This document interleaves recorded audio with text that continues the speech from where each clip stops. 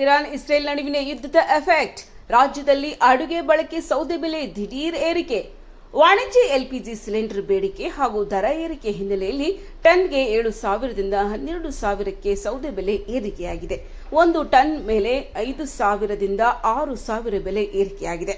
ಸೌದೆ ಬೆಲೆ ಏರಿಕೆಯಿಂದ ಕಂಗಾಲಾದ ಹೋಟೆಲ್ ಮಾಲೀಕರು ಇನ್ನು ಎಲ್ಪಿಜಿ ಸಿಲಿಂಡರ್ ಬೇಡಿಕೆ ಮತ್ತಷ್ಟು ಏರಿಕೆ ಆದರೆ ಸೌದೆ ಬೆಲೆಯೂ ಏರಿಕೆ ಆಗುವ ಆತಂಕವನ್ನ ವ್ಯಕ್ತಪಡಿಸಿದ್ದಾರೆ.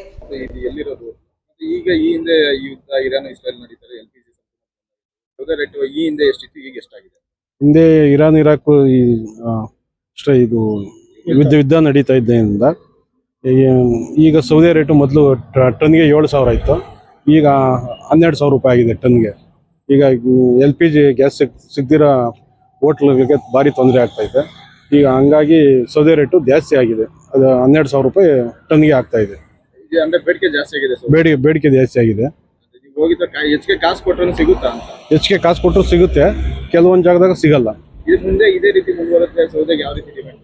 ಮುಂದೆ ಇದೇ ರೀತಿ ನಡೆದ್ರೆ ಇನ್ನು ಡಿಮ್ಯಾಂಡ್ ಜಾಸ್ತಿ ಆಗ್ತದೆ, ಇನ್ನು 20,000 ಗಂಟೆ ಆಗ್ತದೆ ಟನ್.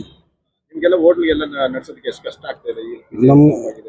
ಈ ಸೌದೆ ರೇಟ್ ಜಾಸ್ತಿ ಆಗಿದೆ, ನಮಗೆ ಎಲ್ಲ ತುಂಬ ತೊಂದರೆ ಆಗಿದೆ ಹೋಟ್ಲಿಗೆ ನಡೆಸೋದಕ್ಕೆ.